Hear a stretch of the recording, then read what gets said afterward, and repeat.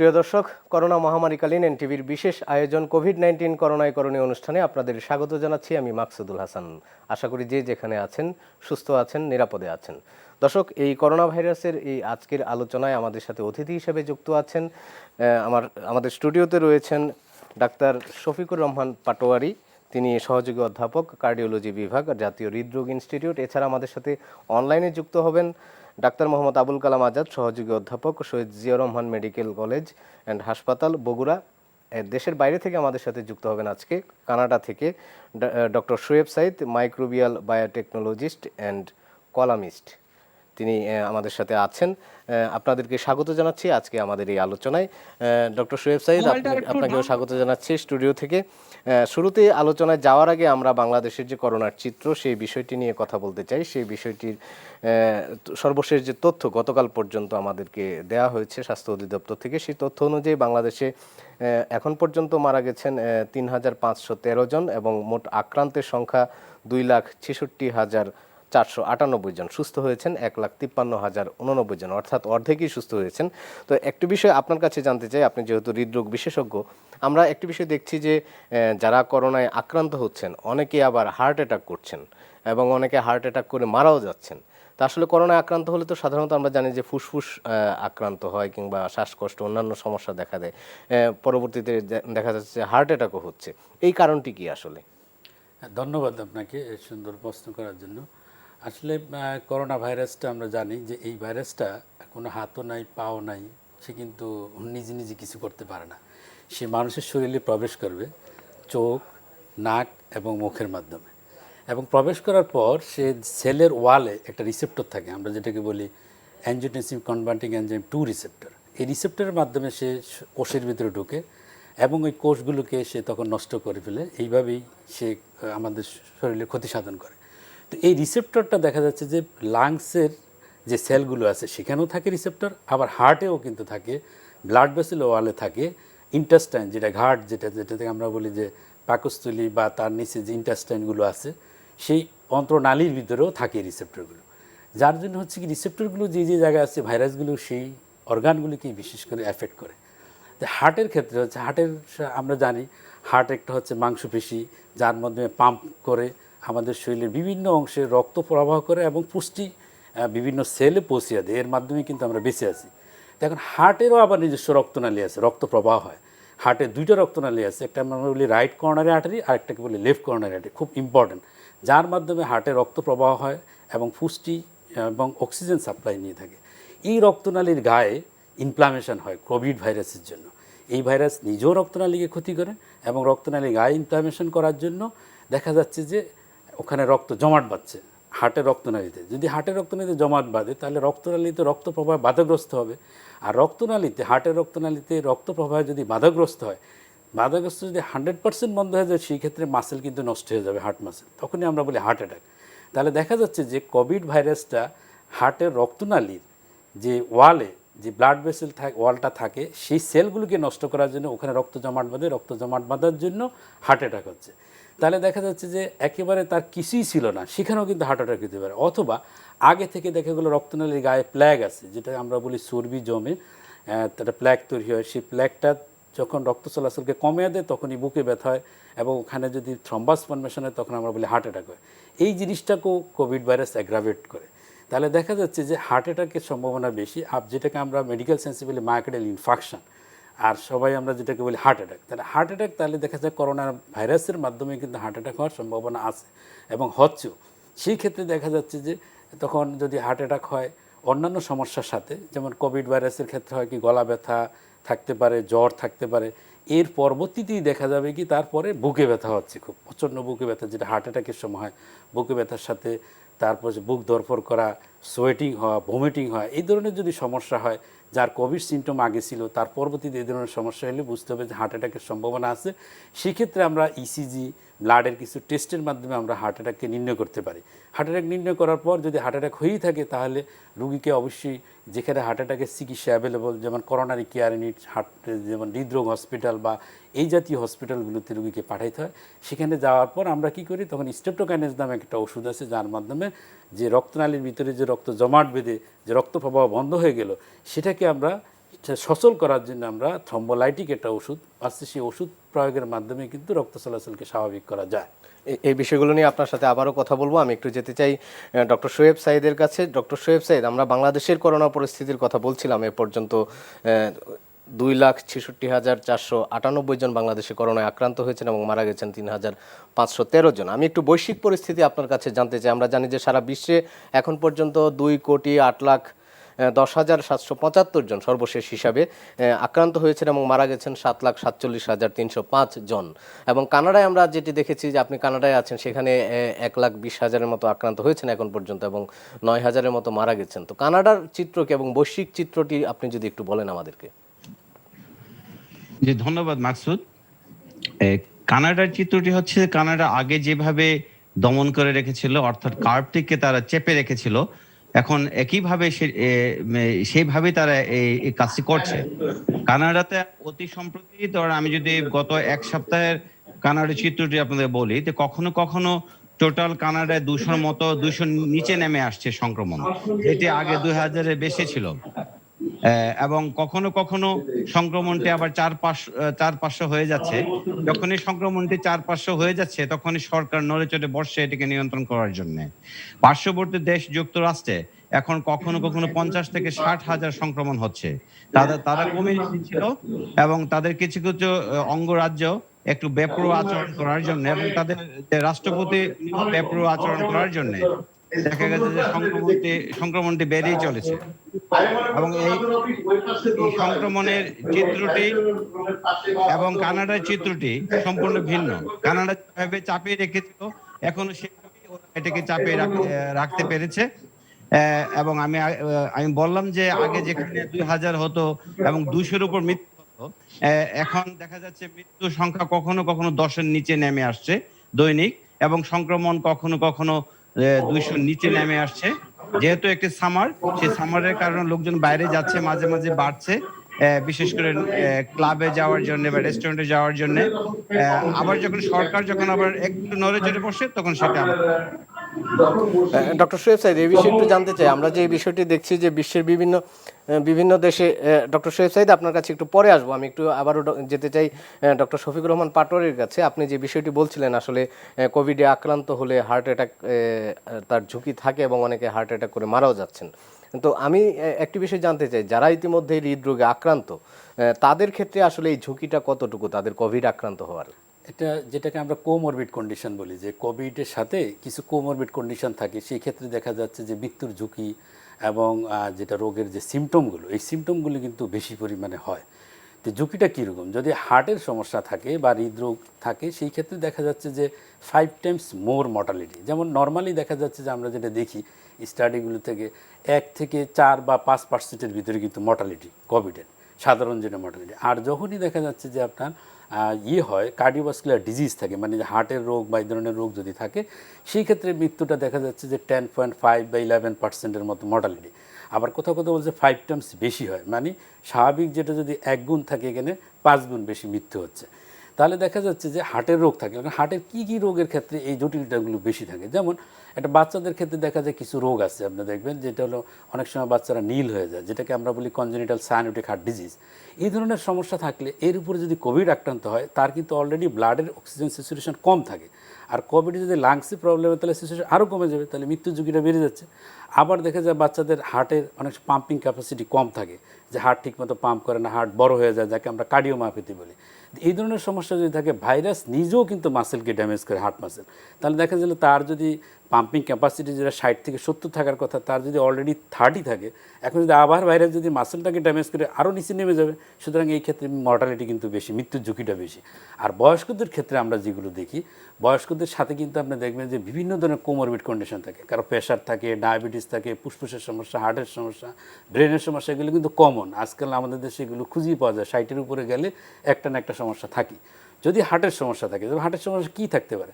হার্টের বুকে ব্যথা ছিল, হার্টের একটা অ্যাটাক হয়েছিল, এরকম একটা সমস্যা থাকতে পারে।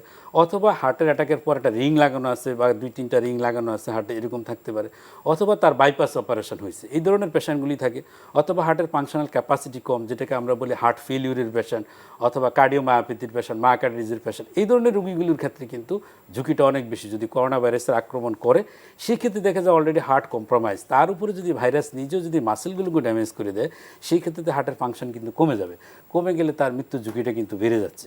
সুতরাং দেখা যাচ্ছে যে হার্টের রোগ যদি থাকে, সেই রোগীদের ক্ষেত্রে কিন্তু অবশ্যই স্পেশাল প্রিকশন নেওয়া উচিত, তাদেরকে একটু আইসোলেটেড রাখা উচিত, বেশি ঘর থেকে বাইর হওয়া উচিত না, স্বাস্থ্যবিধিগুলো খুব ভালোভাবে মানা উচিত এবং ওষুধগুলো ঠিকমতো খাওয়া উচিত। যে সমস্ত ওষুধগুলো ডাক্তাররা আগে প্রেসক্রাইব করছেন, ওষুধগুলো যেন নিয়মিত খান। কারণ দেখা যাচ্ছে যে করোনা ভাইরাসে আক্রমণের ফলে যে ওষুধগুলি খাচ্ছেন হার্টের, এই ওষুধগুলির কিছু কিছু ওষুধ আছে আবার দেখা যায় যে মৃত্যুর ঝুঁকি কিন্তু অনেক কমায়। যেমন এসি ইনহিবিটর, এআরবি জাতীয় কিছু ওষুধ, অ্যাটোরভাস্টেটিন, এই সমস্ত ওষুধের কথা বলা হচ্ছে যে যদি কেউ খেয়ে থাকেন, তার উপরে যে করোনা ভাইরাস আক্রমণ করে, তাদের ক্ষেত্রে মৃত্যুর ঝুঁকি কিন্তু কম। তাহলে দেখা যাচ্ছে হার্টের ওষুধগুলি যদি সে নিয়মিত খেয়ে থাকে এবং খান ঠিকমতো, এবং প্রয়োজনে ডাক্তারের সাথে টেলিফোনের মাধ্যমে আলাপ করে ওষুধ অ্যাডজাস্ট করে নিতে পারেন, বা টেলিমেডিসিনের মাধ্যমে চিকিৎসা সেট করে নিয়ে এইভাবে চললে উনি অনেক ভালো থাকবেন এবং মৃত্যুর ঝুঁকিও কম থাকবে। জি, শফিকুর রহমান, আপনার কাছে আবারও ফিরবো। আমি একটু যেতে চাই, আমাদের সাথে যুক্ত হয়েছেন বগুড়া থেকে ডাক্তার আবুল কালাম আজাদ। ডাক্তার আবুল কালাম আজাদ, আপনি কি শুনতে পাচ্ছেন আমাকে? জি, আলহামদুলিল্লাহ আমি শুনতে পাচ্ছি। জি, আমরা জানি যে আসলে বগুড়া এখন বন্যা কবলিত এলাকা, সেখানে বন্যার পরিস্থিতির সাথে করোনার পরিস্থিতি অনেক আগে থেকেই একটি সংকট তৈরি করেছিল। এখনকার অবস্থা কি বগুড়ার? আসলে সেখানে সংক্রমণের পরিস্থিতি কি, বর্তমান চিত্রটি কি আমাদেরকে যদি একটু বলেন। গত কয়েকদিনের তুলনায় কিছুটা রিডিউস করেছে, তবে খুব একটা রিডিউস করে না আর কি। কম্পারেটিভলি প্রায় সেম সেম লেভেলেই আছে আর কি।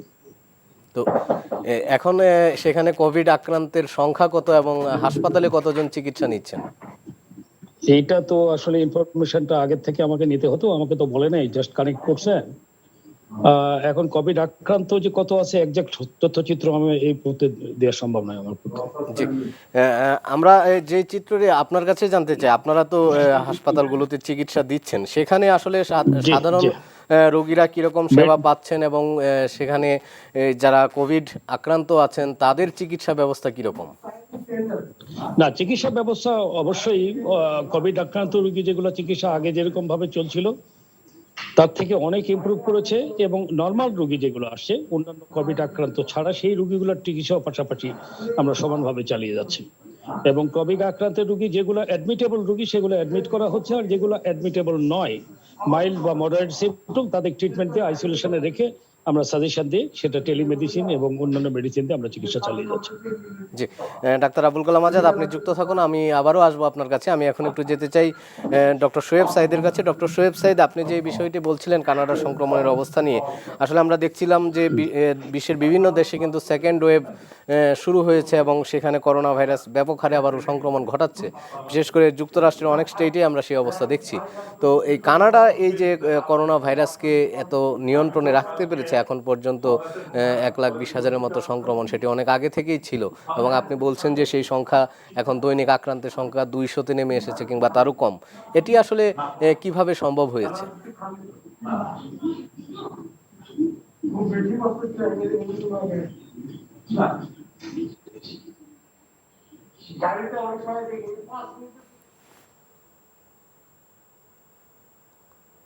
ডক্টর শোয়েব সাইদ, আপনি একটু আনমিউট করে নেবেন।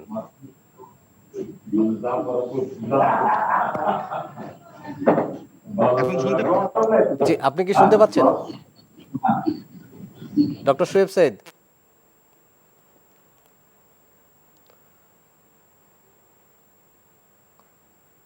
ডক্টর শোয়েব সাইদ, আপনি একটু আনমিউট করে নেবেন, আপনার একটু আনমিউট করে নিতে হবে মনে হয়।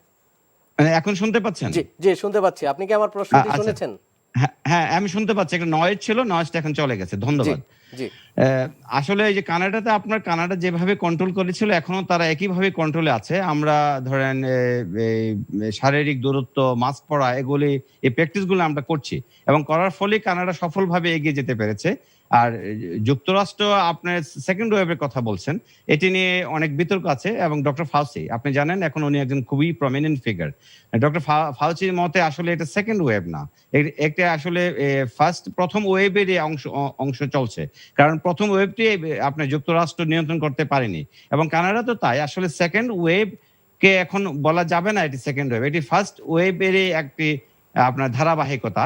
ফার্স্ট ওয়েভকে নিয়ন্ত্রণ করার চেষ্টা চলছে, অনেকে নিয়ন্ত্রণ করে ফেলেছে, কেউ নিয়ন্ত্রণ করতে পারেনি, যেমন ধরেন যুক্তরাষ্ট্র তার এক্সাম্পল।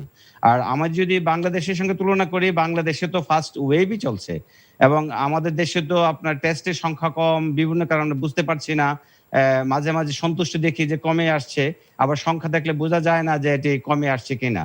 কিন্তু ওভারঅল বাংলাদেশে তো মানুষ এটা খুব মেনে চলছে তাও মনে হয় না, খুব পাত্তা দিচ্ছে তাও মনে হয় না। কিন্তু ধরেন উন্নত দেশগুলা তারা পাত্তা দিচ্ছে এবং তারা ওইভাবে নিয়ন্ত্রণ করেছে এবং যারা সফলভাবে নিয়ন্ত্রণ করেছে তারা আস্তে আস্তে খুলছে। খোলার পরবর্তী পর্যায়ে যে প্রতিক্রিয়াটা হচ্ছে, একটু ওয়েভটা আবার বাড়ছে, সেটাকে আবার তারা দমন করছে। এটা অনেকটা টম এন্ড জেরির মতো, আপনি একটু ছাড়বেন একটু ধরবেন, এইভাবেই চলছে। জি। তো এখন আমি একটু ভ্যাকসিনের বিষয়ে আসতে চাই। আপনি নিশ্চয়ই জানেন যে রাশিয়ার ভ্যাকসিন ইতিমধ্যেই ঘোষণা দেওয়া হয়েছে এবং সেটি নিয়ে অনেকে সংশয় সন্দেহ প্রকাশ করছেন। তো কানাডায় এই ভ্যাকসিন নিয়ে প্রতিক্রিয়া কি? আসলে রাশিয়ার ভ্যাকসিন নিয়ে পশ্চিমা বিশ্বের যে প্রতিক্রিয়া, কানাডার প্রতিক্রিয়া একই রকম। কানাডার আপনার প্রধান স্বাস্থ্য কর্মকর্তা বলেছেন যে তারা যে কোনো ভ্যাকসিন এটি সেফটি নিশ্চিত না করা পর্যন্ত তারা কোনো ভ্যাকসিনে হাত দেবে না। আর রাশিয়ার ভ্যাকসিনটির কথা আমি আপনাকে বলতে পারি যে আমরা ছোটবেলায় স্কুলে অঙ্ক দৌড় হতো, অঙ্কটি শেষ করে আপনার জায়গায় ফিরে আসার পর আপনি বোঝা যেত কে ফার্স্ট হয়েছে। রাশিয়া অঙ্কটি শেষ করে দৌড়ে এসেছে, সে অঙ্কটি সঠিকভাবে করেছে কিনা সেটি এখনো আমরা জানতে পারছি না। যদি অঙ্কটি সঠিকভাবে না হয়ে থাকে তাহলে তার এই দৌড় প্রতিযোগিতায় প্রথম হওয়ার কোনো সুযোগ নেই। এবং এটি নিয়ে মিশ্র প্রতিক্রিয়া আছে, বিশেষ করে নিরাপত্তা বিষয়ে। কারণ স্পুটনিক 5 নামক যে জিনিসটি তারা তৈরি করেছে, এটা যদি স্নায়ুযুদ্ধের দৌড় প্রতিযোগিতা প্রথম হওয়ার জন্য হয়ে থাকে তাহলে আসলে চিন্তার কিছু বিষয় আছে। তবে আমরা আশাবাদী, আমরা আশা করতে চাই যে এটি স্নায়ুযুদ্ধ কিংবা যুক্তরাষ্ট্র বা পশ্চিমা বিশ্বের সঙ্গে প্রতিযোগিতার কোনো বিষয় নয়, সত্যি আমরা কিছু একটা পেয়ে যাব। বিশেষ করে তারা যে প্রযুক্তিটি দিয়ে এটি করেছে, এটি খুবই চমৎকার একটি প্রযুক্তি। একটি ডাবল ভেক্টর ইউজ করে তারা এটি করেছে, কিন্তু এটি করার জন্য যে তথ্য উপাত্ত তারা কোথাও সেটি পাবলিশ করেনি। আপনারা জানেন যে ভ্যাকসিন উৎপাদন প্রক্রিয়ায় বেশ কয়েকটি ধাপ আছে। প্রথম ধাপটি হচ্ছে এক্সপ্লোরেটরি, তারপর প্রি ক্লিনিক্যাল, তারপর ক্লিনিক্যাল এবং ক্লিনিক্যালে 3টি ফেজ থাকে, যার মধ্যে ফেজ 3 হচ্ছে সবচেয়ে গুরুত্বপূর্ণ। তারা প্রি ক্লিনিক্যাল ট্রায়ালের ডাটা কোথাও পাবলিশ করেনি এবং বাকি বিশ্ব তারা জানতেও পারছে না কি করা হয়েছিল। এবং আপনার ফেজ 3 ট্রায়াল তারা শুরুই করেনি। মাত্র ফেজ 2 তে 76 জন বা এরকম 100 নিচে কিছু লোকের উপর, যেটা রাশিয়ান মিলিটারি তাদের উপর দিয়ে তারা একটা ট্রায়াল করে। সেই ট্রায়ালে আপনার একটি সলিউবল ভ্যাকসিন, একটি পাউডার ভ্যাকসিন বিভিন্নভাবে করেছে, যে তথ্যগুলা কোথাও পাবলিশ করেনি এবং হুর সঙ্গে তারা শেয়ার করেনি। আপনার জানেন যে পুতিন তার মেয়ের উপর টেস্ট করে একটা আস্থা অর্জন করার চেষ্টা করেছে। আমরা বিশ্ববাসী তাকিয়ে আছি যে তাদের এই প্রচেষ্টাটি সফল হোক, কিন্তু এই প্রচেষ্টার মধ্যে যদি রাজনীতি থাকে, এবং রাশিয়ার ইতিহাস খুব একটা ভালো নয়, এবোলা ভ্যাকসিন নিয়ে একই কাজ তারা করেছিল, পরবর্তীতে সেটি সফল হয়নি। এবং আমরা চাই যে ভ্যাকসিনটি সফল হোক, আমি আশাবাদী হতে চাই, কিন্তু সে আশাবাদের সঙ্গে পশ্চিমা বিশ্ব ভ্যাকসিনটির নিরাপত্তা এবং সব দিক বিবেচনা করেই আমাদেরকে এগোতে হবে। ভ্যাকসিন দেওয়ার পর আপনি ধরেন আমি একজন লোক অসুস্থ হলো এবং আপনি জানেন 90% ক্ষেত্রে কোভিড ভালো হয়ে যায়, কিন্তু ভ্যাকসিন তো সুস্থ লোক নেবার পর যে ওই লোকটি যদি অসুস্থ হয়ে পড়ে তখন একটা বিশ্বব্যাপী বিশাল প্রতিক্রিয়া হবে। তবে আমরা আশাবাদী, রাশিয়ার রাষ্ট্রপতি পর্যায় থেকে যা বলা হয়েছে সেটি চলবে এবং ভ্যাকসিনটি সত্যি বাজারে আসবে। তারা বলেছে যে সেপ্টেম্বর নাগাদ তারা তাদের প্রোডাকশনে যাবে এবং অক্টোবর নাগাদ তারা ডিস্ট্রিবিউশনে যাবে। তারা কোটি ডোজ উৎপাদন করবে, আমরা সেই আশায় রইলাম। জি, ডক্টর শোয়েব সাইদ, বুঝতে পারছি যে আসলে কিছু প্রশ্ন থেকেই যাচ্ছে, সেই প্রশ্নের সুরাহা হয়তো সামনের সময় হবে, আমরাও সেটি প্রত্যাশা করি। আমি একটু যেতে চাই ডাক্তার মোহাম্মদ আবুল কালাম আজাদের কাছে। ডাক্তার মোহাম্মদ আবুল কালাম আজাদ, আপনি নিশ্চয়ই ডক্টর শোয়েব সাইদের কথা বলছিলেন যে যেখানে কানাডা এই ভাইরাসকে নিয়ন্ত্রণের জন্য তাদের যে স্বাস্থ্যবিধিগুলো মেনে চলার উচিত সেই স্বাস্থ্যবিধিগুলো মেনে চলছেন, এবং তিনি বাংলাদেশের অবস্থাও তুলে ধরেছেন যে এখানে আমাদের যে অবস্থা বাস্তবতা। আসলে বগুড়ার চিত্রটি কি? সেখানে আপনি একজন চিকিৎসক হিসেবে কি দেখছেন? মানুষজন কি স্বাস্থ্যবিধি মেনে চলছেন, কিংবা এই করোনা ভাইরাস সম্পর্কে তারা কতটুকু এখন পর্যন্ত সচেতন হয়েছেন? Thank you. তবে প্রথমেই আমি ধন্যবাদ জানাই ডক্টর শোয়েব সাহেবকে, যে সুন্দর কিছু কথা বলেছেন এবং রাশিয়ার ভ্যাকসিন নিয়েও অনেক কথা বলেছেন। তো ভ্যাকসিন যত তাড়াতাড়ি আনা সম্ভব তত তাড়াতাড়ি আমরা মুক্তি পাবো, এই জন্য ভ্যাকসিনের আশায় পথে চেয়ে রয়েছি আমরা। কিন্তু সঠিক ভ্যাকসিন কখন কিভাবে আসবে, উনি প্রথমেই বলেছেন যে প্রিক্লিনিক্যাল ক্লিনিক্যাল ট্রায়ালে 3টা স্টেজ, 2টা স্টেজ কেউই জানলো না। পরবর্তী স্টেজে উনি ক্লিনিক্যাল ভ্যাকসিন নিয়ে আসলেন এবং প্রেসিডেন্ট সাহেব নিজেই তার মেয়ের গায়ে সেটা দিয়ে তারপরে উনি চেষ্টা করলেন যে এটা আস্থা অর্জন করার জন্য। আমরা চাই যে তাড়াতাড়ি ভ্যাকসিন আসুক, সবাই আমরা বাঁচতে চাই। আর বাংলাদেশ তো ঘনবসতিপূর্ণ এলাকা, আমরা তো চেষ্টা করছি যে ডিস্টেন্স মেনটেন করে, হাত ওয়াশ করে, স্যানিটাইজার ইউজ করে, কিন্তু কতটুকু সফল হচ্ছে আমরা মনে হয় এটা সন্দেহান আর কি। আপনি তো বগুড়ায় আমরা তো বগুড়ায় আপনি বিভিন্ন যে বাইরে রাস্তাঘাটে কিংবা বাজারগুলোতে জনসমাগমের জায়গাগুলোতে আপনি কি অবস্থা দেখছেন সেখানে? না, গণসমাগমের জায়গা যেখানে বাজার বিভিন্ন জটলা তো লেগেই আছে এবং প্রায় এখানে 50-60% জনগণ মাস্ক ইউজ করছেই না। প্লাস দেখা যাচ্ছে যারা মাস্ক ইউজ করছে নাকের নিচে মাস্ক, তারপরে জটলা করে থাকছে, কথা বলছে, ডিস্টেন্স মেনটেন করছে না। হ্যাঁ, এখানে কিছু কিছু ডাক্তার এখন তারা প্রাইভেট প্র্যাকটিস করছে, তারা বিভিন্ন জায়গায় সেবা দিচ্ছে, কিন্তু রোগীরা তো সেটা মেনটেন করছে না, ডিস্টেন্স মেনটেন করছে না, তারপরে তারা মাস্ক ব্যবহার করছে না। সেদিক থেকে আমি মনে করি যে আসলে অতি তাড়াতাড়ি ভ্যাকসিন না আসলে আমাদের আরো মনে হয় যে বেশি দুর্ভোগ পোহাতে হবে। জি, ডাক্তার মোহাম্মদ আবুল কালাম আজাদ, আপনি যুক্ত থাকুন আমাদের সাথে। আমি আপনার কাছে আবারও ফিরবো। আমি একটু এখন কথা বলতে চাই ডাক্তার শফিকুর রহমান পাটোয়ারি আপনার কাছে। এটি আসলে আপনি একজন হৃদরোগ বিশেষজ্ঞ, কিন্তু সাধারণভাবে আপনি যদি আপনিও নিজেও এই শহরের একজন বাসিন্দা, এই ঢাকা শহরের, আপনি রাস্তাঘাটে আসলে কি অবস্থা দেখেন? সাধারণ মানুষ কতটুকু সচেতন হয়েছে? আমার কাছে ভালোই লাগতেছিল ওনাদের আলোচনাগুলো, খুব সুন্দর আলোচনা হচ্ছিল। যে যে ভ্যাকসিনের কথাটাও আসতেছে এখানে, যে আমি আগে সাধারণ জনগণের কথা বলিনি, সেটা আমরা যেটা দেখছি যে বাংলাদেশে আসলে আরও সচেতনতা ডেভেলপ করা দরকার, এবং সেটা জন্য মিডিয়াগুলো তো কাজ করে যাচ্ছেই, এর পাশাপাশি মানে প্রশাসনকেও আরও ভালো ভূমিকা পালন করা দরকার। এবং এগুলো যেমন যারা ইয়েতে আছে, যারা হচ্ছে যেমন জনপ্রতিনিধি, বিশেষ করে এই জনপ্রতিনিধিরা, এদের কিন্তু একটা বিশাল ভূমিকা থাকে। যেমন আপনাকে রুট লেভেলে ওনাদের কথা কিন্তু সবাই শুনে, সুতরাং ওনাদের মাধ্যমে কিন্তু মানুষকে আপনাকে উদ্বুদ্ধ করতে হবে যে মাস্ক ব্যবহার করা দরকার, সোশ্যাল ডিস্টেন্সটা মেনটেন করা দরকার, যে হাত ওয়াশ করা যেটা 20 সেকেন্ড ধরে। এই জিনিসগুলো যদি করা না হয় তাহলে কিন্তু আমাদের ভবিষ্যৎ ভালো একটা কিছু দেখা যাচ্ছে না আসলে। আর ভ্যাকসিন তো অনেক দূরের ব্যাপার, কারণ হচ্ছে আপনি ভ্যাকসিনটা যে সবাই তো নিতে চাবে না। আপনার যতক্ষণ পর্যন্ত এই ভ্যাকসিনের সেফটি, এফিকেসি এবং এই ভ্যাকসিনটা মানুষের short term long term effect কী, এমন যদি হয় যে আমরা এখন দেখতেছি করোনা ভাইরাস আক্রমণের পরে 3 মাস পরে রোগী আসতেছে, তার স্যাচুরেশন কমে যাচ্ছে, ক্রনিক ফ্যাটিক সিন্ড্রোম নিয়ে আসতেছে, বিভিন্ন ধরনের জটিলতা নিয়ে আসতেছে। এখন এই ভ্যাকসিন প্রয়োগের পরে যদি সে লং টার্ম সাফার করতে থাকে, তাহলে এই ইয়েগুলো আমাদের যে ক্লিনিক্যাল ট্রায়াল দরকার আছে, ভ্যাকসিনটা শুধু আনলেই হবে না, বাজারে এনে দিয়ে দিলেই হবে না যে একেবারে ফ্রি দিয়ে দেওয়া হলো সবাই এখন ভ্যাকসিন নিতে থাকেন। কিন্তু ভ্যাকসিনের সেফটি, এফিকেসি এবং কতটুকু ইফেক্টিভ, এবং ভ্যাকসিন দেওয়ার পর তার অ্যান্টিবডি টাইটার ঠিক হচ্ছে কিনা, তার টি সেল ঠিকমতো কাজ করতেছে কিনা, এগুলো কিন্তু অনেকগুলো প্রশ্ন কিন্তু এখানে আছে। এবং আমরা যারা সচেতন, আমরা তো এই সমস্ত প্রশ্নের উত্তর যতক্ষণ পর্যন্ত না পাবো সঠিকভাবে, ততক্ষণ পর্যন্ত ভ্যাকসিন প্রেসক্রাইব করার জন্য আমরা কিন্তু কাউকে বলবো না। সুতরাং আমাদের কাছে জিনিসগুলো পরিষ্কার হতে হবে। ভ্যাকসিন শুধু বাজারে আনলেই হবে না, সেই ভ্যাকসিনটা সঠিক কিনা সেটাও কিন্তু থাকতে হবে, মানুষের জন্য long term short term effect আছে কিনা। আর মানুষের জন্য আমি যেটা বলবো যে এটা সবাইকে উদ্যোগ নিতে হবে আমাদের এই দেশকে বাঁচানোর জন্য এবং দেশের মানুষের সুস্থতার জন্য। যে আমরা যদি এইভাবেই যদি চলতেই থাকে, যে আজকে 20 ছিল, তারপর 30, তারপর এখন আবার 42, এইভাবে যদি বাড়তে থাকে বা এরকম অবস্থায় থাকে, আর সংক্রমণ যদি এই স্টেজেই থাকে, তা আমরা স্বাভাবিক কাজকর্মে কখন ফিরবো, কখন আমরা নিউ নর্মাল লাইফ নতুন করে আবার আসবো? আমরা তিনটি আরও পরীক্ষা নিরীক্ষা করার পরেই হয়তো মানুষের শরীরে এখানে প্রয়োগ করা হবে বাংলাদেশের পরিবেশ এবং বাংলাদেশের স্ট্রেইনের ধরন অনুযায়ী। তো সেই বিষয়গুলো আসলে অনেক সময় সাপেক্ষ। আমরা ভ্যাকসিন উন্নত বিশ্বে আবিষ্কার হয়ে গেলে সেটি যে আমাদের দেশে প্রয়োগ হবে তাও এই মুহূর্তে আসলে বলা যাচ্ছে না। তো আমি যে বিষয়টি একটু জানতে চাচ্ছি আপনার কাছে, আপনি যেহেতু হৃদরোগ বিশেষজ্ঞ, শুরু থেকে এই বিষয়গুলো নিয়ে আলোচনা করছিলাম। তো যারা হৃদরোগে এখন পর্যন্ত আক্রান্ত হননি, কিন্তু কোভিড-19 আক্রান্ত হওয়ার পরে কিন্তু তাদের সেই অ্যাটাক হচ্ছে অনেক ক্ষেত্রে, আমরা সেটিও দেখছি। তো এই ক্ষেত্রে আসলে আপনার এই হৃৎপিণ্ডটাকে ভালো রাখার জন্য করণীয় কি? হ্যাঁ, হৃৎপিণ্ডটা ভালো রাখা, এখন এখানে 2টা গ্রুপ আছে না? সুন্দর একটা প্রশ্ন। যে একটা গ্রুপ হলো যে যাদের কিছুই নাই, মানে ভালো আছেন, তাদের কিন্তু হার্টের সমস্যা হচ্ছে। আর একটা হচ্ছে যাদের আগেই হার্টের সমস্যা ছিল, তাদের হার্টের সমস্যাটা ত্বরান্বিত হচ্ছে বা একটু জটিলতা হচ্ছে, অথবা মৃত্যুর ঝুঁকি বাড়তেছে।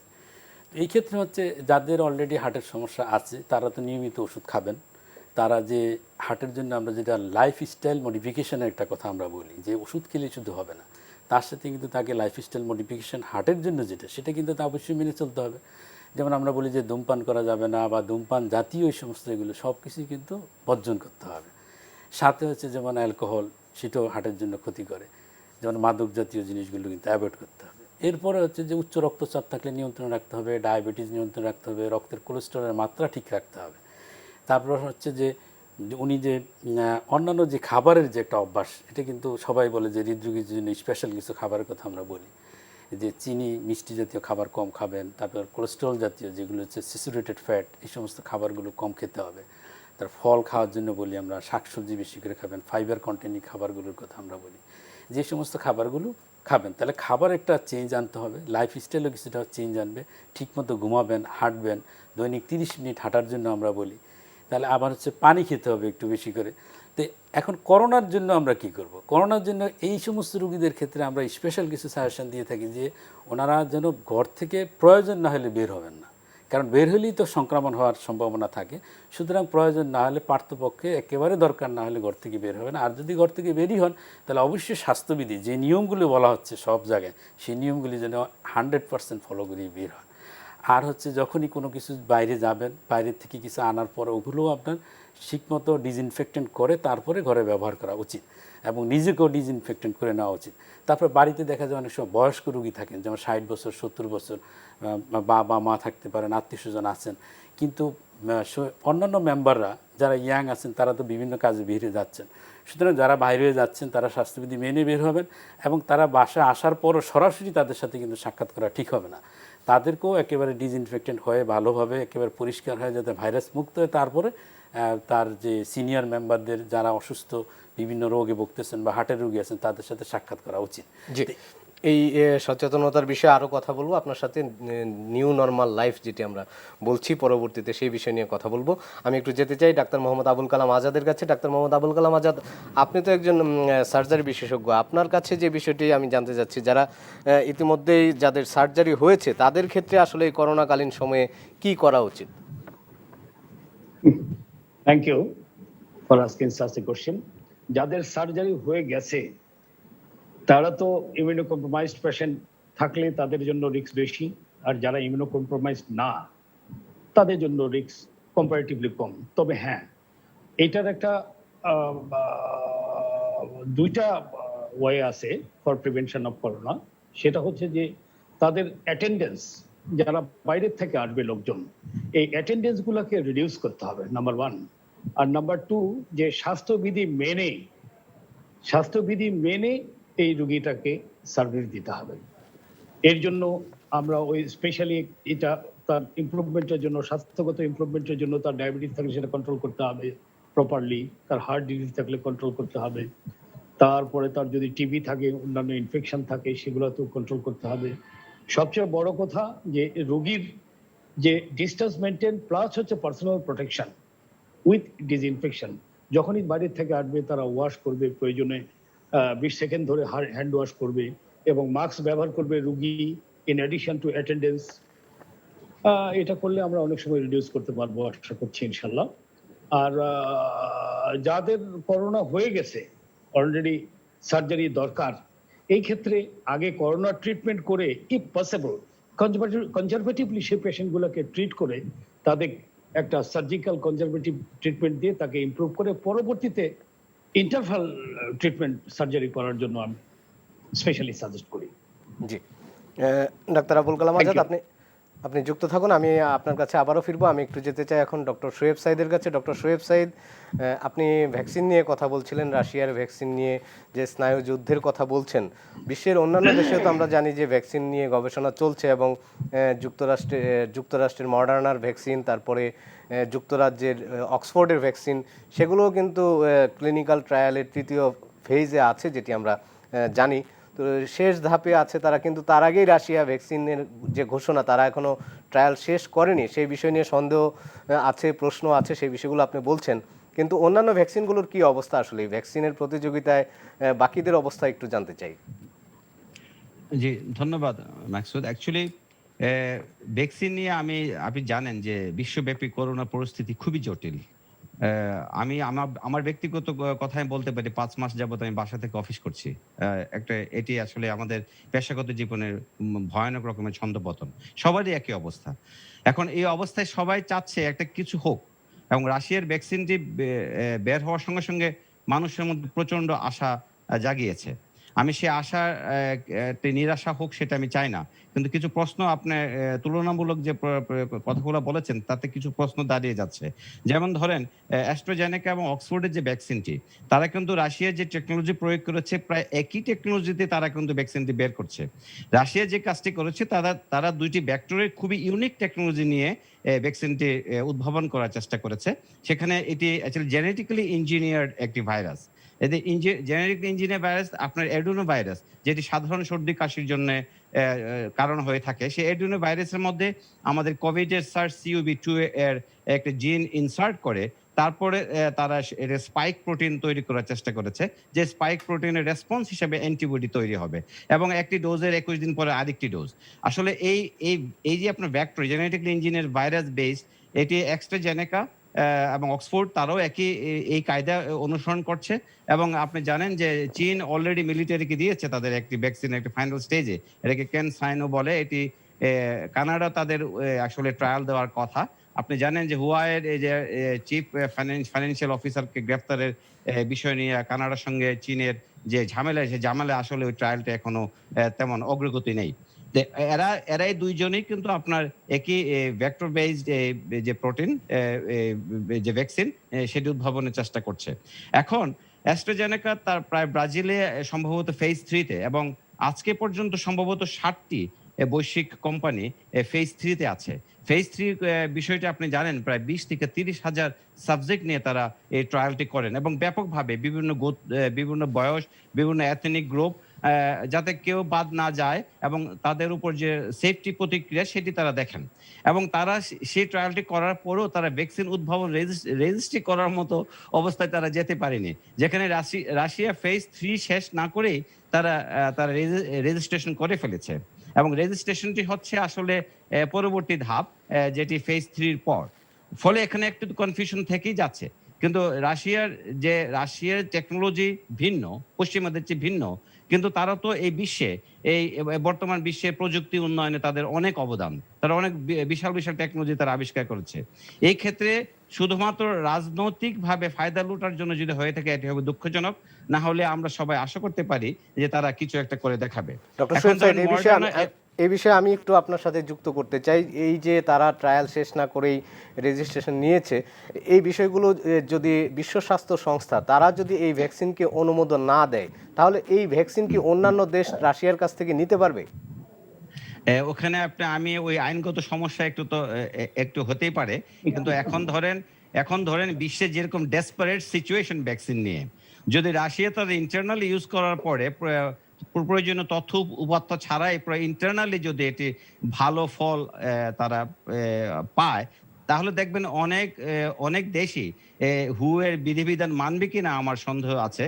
যেমন অলরেডি আপনি দেখেছেন যে ফিলিপাইনের প্রেসিডেন্ট বলেছে যে সেই ভ্যাকসিনটি প্রথম তার দেহে প্রয়োগ করতে চায়, এবং রাশিয়া, ফিলিপাইন এবং ব্রাজিলে তাদের পরবর্তী ধাপে তারা, আমি যদি বলি ফেজ 3 ট্রায়ালটা তারা ওখানেই করতে চাচ্ছে, এবং তারা বিভিন্ন জায়গায় মাছ উৎপাদন করতে চাচ্ছে। কাজে এখন ডেসপারেট সিচুয়েশনে আইন মানার, যাতে নিজের জনগণকে বাঁচানোটাই বোধহয় বিশ্বের অনেক দেশের এই মুহূর্তে সবচেয়ে বড় প্রয়োজন। যদি রাশিয়ার কাছ থেকে এরকম পজিটিভ কোনো ইঙ্গিত থাকে যে রিগার্ডলেস তারা পিয়ার রিভিউ জার্নালে পাবলিশ করে নাই, ডাটা দেয় নাই, বা পশ্চিমাদের কাছে ডাটা হস্তান্তর করতে তাদের একটু হেজিটেশন আছে, যেমন অলরেডি প্রেসিডেন্ট ট্রাম্প বলেছে যে রাশিয়া তাদের প্রযুক্তি চুরি করেছে, হ্যাকিং করেছে ইত্যাদি নানাবিধ বিষয়ে তারা নিজেদের মধ্যে রেখে ক্যাপটিভ ইউজ করার পরেও যদি এটির সফলতা দেখতে পায়, তারপর হুয়ার নির্দেশনাকে উপেক্ষা করেই অনেকে এগিয়ে যাবে বলে আমি মনে করি। জি, ধন্যবাদ শোয়েব সাইদ, আপনি যুক্ত থাকুন আমাদের সাথে। আমি এখন একটু যেতে চাই ডাক্তার শফিকুর রহমান পাটোয়ারির কাছে। শফিকুর রহমান পাটোয়ারি, আপনার সাথে যে বিষয়টি বলছিলাম নিউ নর্মাল লাইফ নিয়ে, আসলে নিউ নর্মাল লাইফে এই যারা এই হৃদরোগের ঝুঁকি আমরা আরো কিভাবে কমাতে পারি, এই বিষয়গুলো যদি আপনি আমাদেরকে একটু বলেন। এই যে করোনার যে প্যান্ডেমিক সিচুয়েশনটা চলতেছে, আসলে এইভাবে তো কতদিন চলবে? এখন যারা হৃদরোগী আছেন তাদেরও তো চিকিৎসা দরকার। যেমন অনেক জায়গায় বাইপাস অপারেশন হচ্ছে না, কখনো কিছু কিছু জায়গায় ভালোভাবে সেই অ্যানজিওগ্রাম করা, হার্টে রিং লাগানো, পেসমেকার লাগানো, মানে অনেকগুলো সার্জিক্যাল প্রসিডিউর যেগুলো হৃদরোগের চিকিৎসার জন্য দরকার। তারপর হৃদরোগীদের নিয়মিত যেমন ইকোকার্ডিওগ্রাফি করা দরকার, তারপর ডাক্তারের কাছে উপস্থিত হয়ে রোগী দেখানো, ওষুধপত্রগুলো ঠিকমতো খাওয়ানো দরকার। তাহলে এই ক্ষেত্রে হচ্ছে কি, এইভাবে মাসের পর মাস যে 4-5 মাস তো অলরেডি চলে গেছে, তাহলে এই সমস্ত পেশেন্টগুলিকেও তো আবার কি করতে হবে, তাদেরকে স্বাভাবিক অবস্থা ফিরে আনতে হবে, যে তাদেরকে স্বাভাবিক চিকিৎসার ভিতরে নিয়ে আসতে হবে। হার্ট অ্যাটাক হইলে এখন যে গাইডলাইনগুলি বলতেছে, যে ইউরোপিয়ান গাইডলাইন বা আমেরিকান, তারা বলেন যে শুধু স্টেটোকাইনেস মানে থ্রম্বোলাইটিক যেগুলো, যে ক্লটটা গলায় ফেলার জন্য যে ওষুধ, ওই ওষুধ দিয়ে আপাতত চিকিৎসা করার জন্য। কিন্তু এই ওষুধ তো 100% কিন্তু প্যাটেন্সি ডেভেলপ করে না, যার জন্য দরকার প্রাইমারি পিসিআই। তাহলে দেখা যাচ্ছে যে অনেক জিনিস কিন্তু করোনার কারণে চিকিৎসা ক্ষেত্রেও কিছু কিছু জিনিস স্থবির হয়ে আছে। তাহলে এই জিনিসগুলোকে আমাদেরকে আবার ফিরে আনতে হবে। তো ফিরে আনার জন্য এখন আমরা ভ্যাকসিনের জন্য অপেক্ষা করতেছি। ভ্যাকসিন কবে আসবে সেটা তো অনেক হিসাবের ব্যাপার, অনেক টাইমের ব্যাপার। এর ভিতরে স্বাস্থ্যবিধি মেনে, যে স্বাস্থ্যবিধির কথাগুলো বলা হচ্ছে, স্বাস্থ্যবিধি মেনে আমাদেরকে আগাইতে হবে। আর সাইড বাই সাইড ডাক্তারদের প্রোটেকশনের জন্য তাদেরকে যে পিপির কথা বলা হয়, মানসম্মত পিপির মাধ্যমে এই সমস্ত চিকিৎসাগুলোকে আগিয়ে নিয়ে আবার সেই স্বাভাবিক অবস্থার দিকে আমাদেরকে ফিরে যেতে হবে। এর ভিতরে অর্থাৎ আমরা তো আসলে আগের যে স্বাভাবিক জীবন, সেটি সবাই বলছেন যে আগের স্বাভাবিক জীবনে আর ফেরা সম্ভব না। অর্থাৎ এই কোভিড সিচুয়েশনকে মেনে নিয়ে নতুন জীবন, নতুন নিউ নরমাল লাইফ সেটিকে আমাদেরকে মেনে নিতে হবে।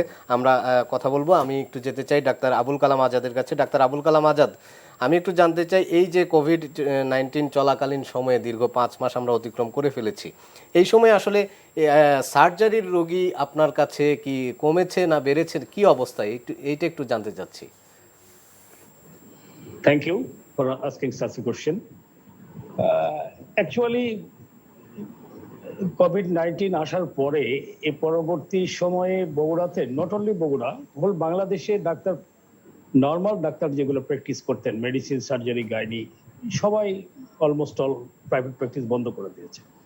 যার ফলে পেশেন্টরাও কিছু অ্যাকাস্টমড হয়ে গেছে যে এখন গেলে হয়তো আমরা ডাক্তার পাবো না, যার জন্য বেশিরভাগ রোগী রিডিউস করেছে। তবে আমি কিন্তু বন্ধ করি নাই। আমি স্বাস্থ্যবিধি মেনে শুরু থেকেই আমি দেখে যাচ্ছি। আমি প্রাইভেটলিও দেখছি এবং হাসপাতালেও দেখছি, অফিস আওয়ার মেনটেন করে। Though I M a senior person, yet আমি স্বাস্থ্যবিধি মেনে আমি রুগী দেখে যাচ্ছি।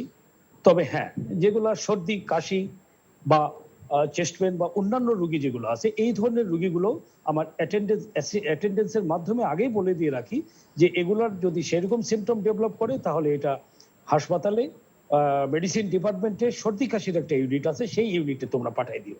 এবং তারা দিয়েছে, আমি রুগীটা দেখছি। তবে তুলনামূলক কোনোদিন রুগী বেড়ে যায়, কোনোদিন রুগী কমে। তো ওনার অ্যাভারেজ আমি আগে যে রুগীগুলো দেখতাম ঠিক ওইরকমই রুগী দেখে যাচ্ছে। আমি মনে করি যে তা খুব একটা রিডিউসও করেনি, খুব একটা বাড়েও নাই। আচ্ছা, তার মানে অন্যান্য স্বাস্থ্য সমস্যা যাদের রয়েছে, সেটি রয়েছে, অনেকেই হয়তো ভয়ের কারণে চিকিৎসা নিতে যাচ্ছেন না। ভয়ের কারণে, রাইট রাইট রাইট, অনেকে ভয়ের কারণে যায় না, বা খুব বেশি প্রয়োজন হলে তখন হয়তো হাসপাতালে ঠিক করছে, জানে যে মেডিসিন রুগী তো স্যাররা দেখবেন না, স্যার তো সার্জিক্যাল রুগীগুলো দেখবেন। মেডিসিন রুগী কম আসে আমার কাছে, সার্জিক্যাল রুগীগুলো আমি দেখি। তারপরেও যদি কোনো সিমটমলেস রুগী আসে যে না আমি ওই রকম কোভিড মনে করছি না, সেই ধরনের রুগীও আমি দেখে দিচ্ছি। জি, ধন্যবাদ ডাক্তার আবুল কালাম আজাদ আমাদের সাথে যুক্ত থাকার জন্য। আমি এখন একটু যেতে চাই ডক্টর শোয়েব সাইদের কাছে। ডক্টর শোয়েব সাইদ, আপনি আলোচনার শুরুর দিকে বলছিলেন যুক্তরাষ্ট্রের অ্যান্থনি ফাউচির কথা, যিনি অত্যন্ত গুরুত্বপূর্ণ ব্যক্তি এই মুহূর্তে, তিনি সংক্রামক রোগের যে ইনস্টিটিউট রয়েছে সেটির পরিচালক, এবং এই করোনা ভাইরাস সম্পর্কে তিনি কিন্তু গুরুত্বপূর্ণ ভূমিকা রাখছেন এবং নানা সময় নানা পরামর্শ, নানা মতামত দিচ্ছেন। তো একটি মতামত আমি এই অনুষ্ঠানে আরও আলোচনা করেছিলাম এই বিষয়টি নিয়ে, যে উনি কিন্তু মার্চের শেষের দিকে বলেছিলেন যে দক্ষিণ গোলার্ধে সংক্রমণের পরিমাণ বাড়বে, এবং সেটি যেহেতু দক্ষিণ গোলার্ধে এখন শীত, মানে শীতকালে সেই সংক্রমণটি বাড়বে, এবং এই যে করোনা ভাইরাসের যে ফেজ, শীতকালের ফেজ, সেটি সারা বিশ্বেই সে পূরণ করবে। এই ক্ষেত্রে এই বাংলাদেশে শীতকাল আসছে আগামী ডিসেম্বর জানুয়ারিতে বাংলাদেশে শীতকাল, আপনি জানেন। তো এই শীতকালে করোনা ভাইরাস কতটুকু ভয়াবহ আকার ধারণ করতে পারে আপনার কাছে কি মনে হয়? ধন্যবাদ। আসলে করোনা ভাইরাস কিন্তু ইতিমধ্যে তার ট্রেন্ড প্রমাণ করেছে। শীত গ্রীষ্ম নির্বিশেষে সে কিন্তু অ্যাক্টিভ থেকেছে। আপনি ঠিকই বলেছেন যে শীতে আসলে যে কোনো ভাইরাস, নর্মাল সর্দি কাশি ভাইরাস, ইনফ্লুয়েঞ্জার, অন্যান্য ভাইরাস, এগুলো একটা পিক সিজন থাকে। যখন করোনার সঙ্গে এটি মিশে যাবে তখন কিন্তু একটা কনফিউশন অবস্থা তৈরি হবে যে আসলে টেস্ট না করা পর্যন্ত, আমাদের টেস্টের স্বল্পতার কারণে কোনটা করোনা না। কিন্তু শুধুমাত্র শীত হলেই যে এটা বাড়বে এই আশঙ্কাটি ওনারা করছেন, কিন্তু করোনার এখন পর্যন্ত যে ট্রেন্ডটি দেখিয়েছে যে এটা তো থেকেই যাচ্ছে, এটাকে একেবারে নির্মূল করা যাচ্ছে না।